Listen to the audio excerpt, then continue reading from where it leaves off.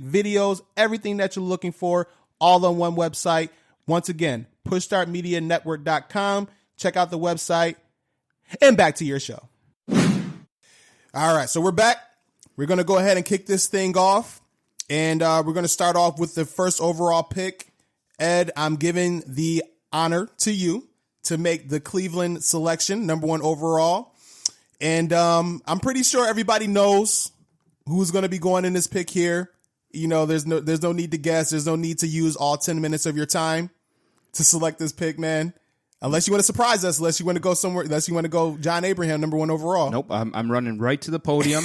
This is an easy one. Obviously, the correct answer is Spurgeon Wynn, the All-Pro. Boom. Oh, wait. Let me roll that back. All right, hold on. There might have been one better in there.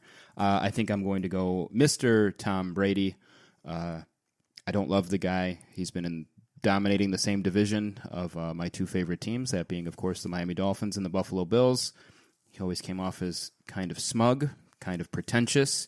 He's got that little butt chin thing going on. Mm-hmm. He's had different hairstyles. I didn't like any of them. But when it comes to football, I mean, man, there's nobody better. So you got to go Tom Brady, number 1, to Cleveland. Ugh. Imagine the change in the franchise that would have been if Tom Brady is what he is. I'd be sick to my goddamn stomach because we would be in the division stuck with them. Although we handled Brady pretty well when we played against him in New England. We didn't fear him. So you guys always had what Brady's secret weakness was. You know, you put really fast pressure on him. That's how he lost Super Bowls to the Giants, and that's how you guys were able to handle him a little bit, was that quick pass rush. Yeah, that's a fact. So man, you got me rethinking this pick now. I'm not sure he was that great after all. I mean, it's really not much to talk about. He's the GOAT, 6-time Super Bowl champion, 4-time Super Bowl MVP, 14-time Pro Bowl selection, 3-time All-Pro, first-team All-Pro, 2-time second-team All-Pro, 2-time Offensive Player of the Year, 4-time passing touchdown leader. What else is there to say? He's Tom Brady. He's the GOAT. He goes number 1 overall in any draft class in NFL history, period. Simple as that.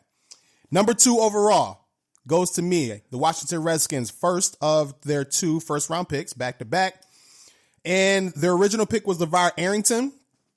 It's not going to be the pick this time around because there was a better linebacker in his draft class, and I'm going to select him. Brian Urlacher, linebacker, New Mexico. What more do we need to say, man? Hall of Fame linebacker. Was it 4-time All-Pro, 8-time Pro Bowler, over 1,000 tackles? I mean, when you think about the 2000s and you think about the linebacker position, there was 2 guys that came to mind. You had Ray Lewis, you had Brian Urlacher. 1A, 1B, rank them however you want to rank them. Brian Urlacher was a monster for Chicago for however many, 12 years, 11 years that he played. Now, in this redraft, he's going to the Capitol. He's going to be dominating in D.C., wearing that nice crimson red and, you know, fucking racist ass team, but whatever. Brian Urlacher to the Washington Redskins, number 2 overall. Book it. Hall of Fame linebacker. Not much more else to say. Okay. All right. I like it. So I get to follow up with Washington, right? You don't get all the Washington picks now, right? Nope, you got the next Washington pick. One. Yes, sir. All right, cool. So that works out for me. I like that a lot. So let's talk about what they actually did here. They actually took Chris Samuels, the offensive tackle. Yes, sir. Who turned out to be just fine. Nothing wrong with that guy. But since you just took Brian Urlacher, I was coming in with a linebacker as well, so I'm going to change that up a little bit on the fly here. That's the fun part about this. You steal my guys. So what they're actually going to do now, I think we're just going to build a dominant defense. That's going to lock down. I think I'm going to go John Abraham. Ooh, I like it. I'm going to go John Abraham, the defensive lineman. John Abraham, kind of an underrated guy, had a great long career, multiple-time Pro Bowler. He had something like 9 or 10 sacks in 8 or 9 different seasons.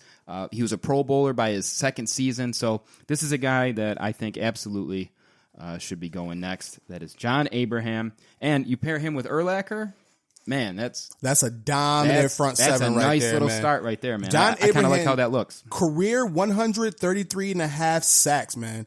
If he's not into the Hall of Fame, when his eligibility comes and he's not inducted into the Hall of Fame, I don't know what the fuck is wrong with people. because the man was a dominant pass rusher for how many seasons did he play? Like literally all the way up until the end. He was he was really good. I think he played like 15 seasons and he was great right up till the very end. Even I think he finished out with Arizona. If I'm not he finished out with Arizona. Yeah. He dominated with the New York Jets, went to Atlanta, dominated with the Falcons, and then went to the Cardinals for a couple of seasons and was a very serviceable third down pass rusher.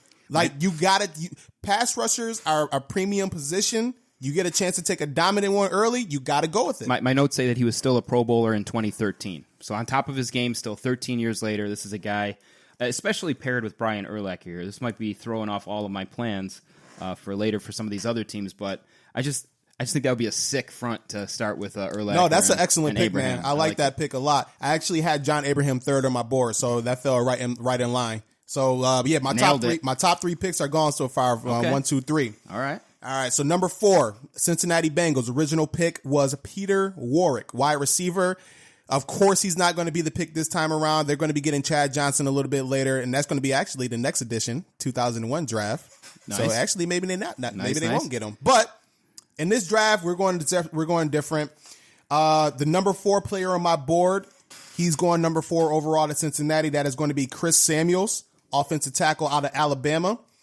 Now, the one thing about Chris Samuels is I think he gets kind of lost in the shuffle when it comes to the dominant tackles in the 2000s, because you had the big 3 in Walter Jones, Jonathan Ogden, and then also Orlando Pace. Chris Samuels was one of the better offensive tackles during his tenure with the Washington Redskins. And a lot of people don't remember this, but the man played 10 seasons, and in those 10 seasons made 6 Pro Bowls.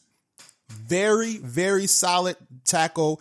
You want somebody protecting your blind side. I'm not sure who Cincinnati had at that point at left tackle or at right tackle, but either way, plug them on somewhere in the line.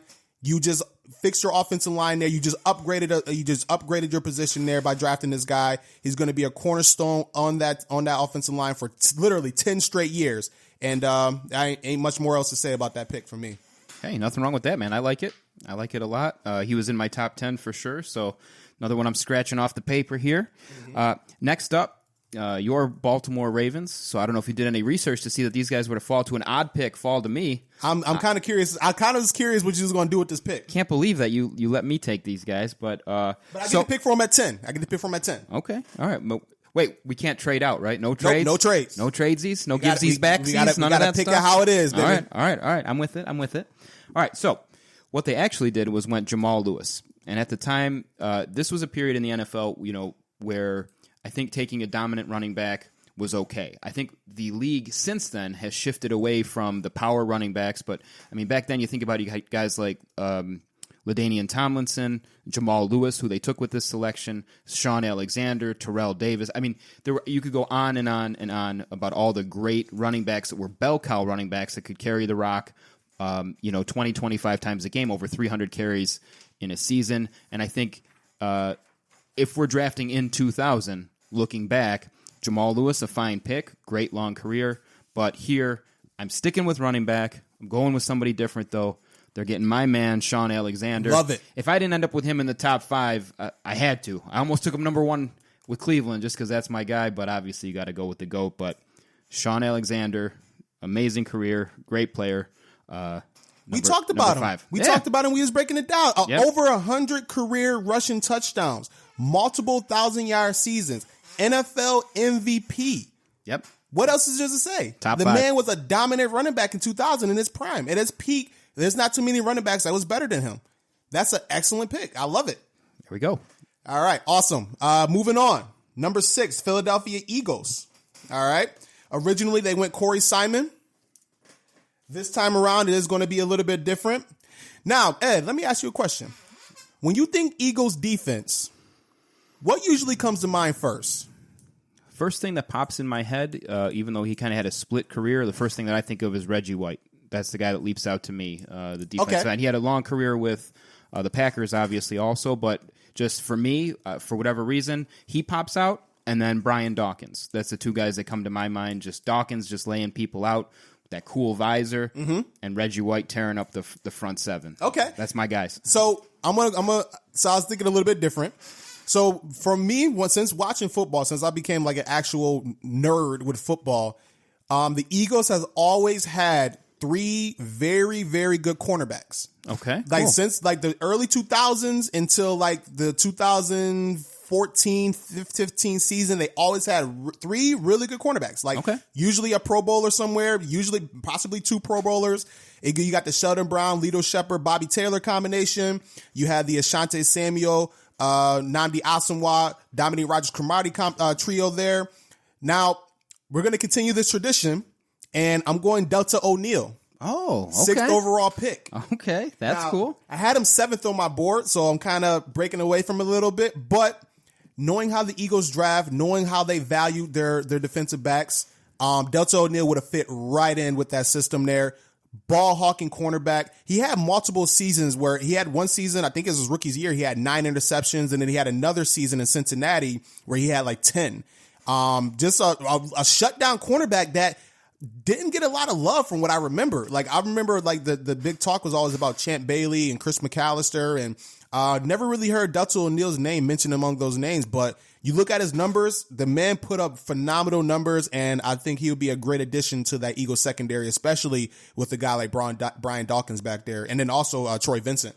Whew, that could have been the Legion of Boom before the Legion of Boom. Exactly. That's pretty sick, man. That's a nice idea. I like coming at these things with slightly different strategies, right? Like, kind of either with certain teams. I feel like as I was putting this together, I was thinking about guys that, man, they should have done this and they should have gone this direction. Other times you're drafting guys that, hey, this direction kind of worked out well. I'm going to stick with it, but I'm going to take this player instead. Right. It's a lot of fun looking at this, man. I told you it's going to be a good time doing this, man. Anybody listening, I would highly recommend, diving back in, looking at these drafts. It's a lot of fun, man. I'm loving it. So, Arizona. The Arizona Cardinals are on the clock. Yep. The reason that I was kind of talking about that is because Arizona's actual pick here was Thomas Jones at running back. Mm-hmm. We talked about him. Fine player. Not a fine player with Arizona, right? But later in his career, went on to do some things with Chicago and even with the Jets. Right. Later on, ended up being a Pro Bowler.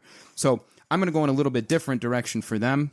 Something that, in my recollection, right, as I'm looking back, something that the Cardinals never really had, which was that dominant linebacker. He could stop the run. He's playing 3 downs. And I'm going with Keith Bullock. Ooh, Keith Bullock in talent, I think, might have been up there with some of the guys we're talking about. I think Keith Bullock steal at number 7 for the Arizona Cardinals.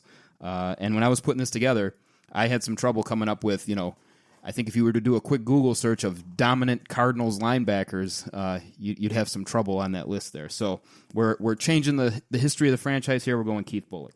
I like that pick a lot, man. That was solid. I had him 10th on my board there, so he's right in that top 10 frame. Excellent pick. I like it.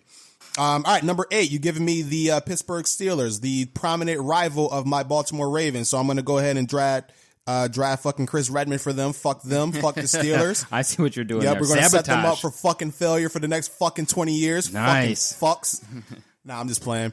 I'm going to do a smart pick here, and thank you for this. I actually appreciate you kind of leaving me this guy. Pittsburgh Steelers, one thing about their defense that we know, their fucking linebackers are always terrific. You look back at the Joey Porters of the world, Clark Higgins, who's actually was in this draft. He's on my board, by the way.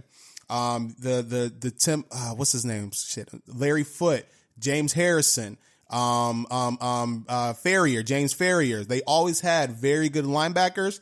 The tradition continues now. LeVar Arrington, Penn State linebacker. Now, LeVar Arrington was one of those players at his peak. There wasn't too many linebackers from the weak side position that was better than him.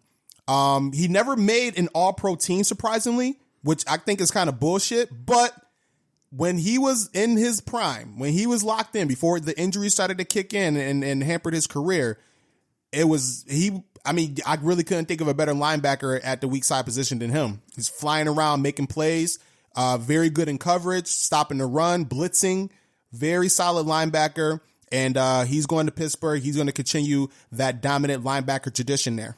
Okay. Also, little side note, he is from Pittsburgh. So I don't know if you knew that or not. But yeah, they go to Penn State. Yeah. So he went to Penn State. That's a really cool little way that played out there. The only reason I know that he's from Pittsburgh, here's a funny story about LeVar Arrington.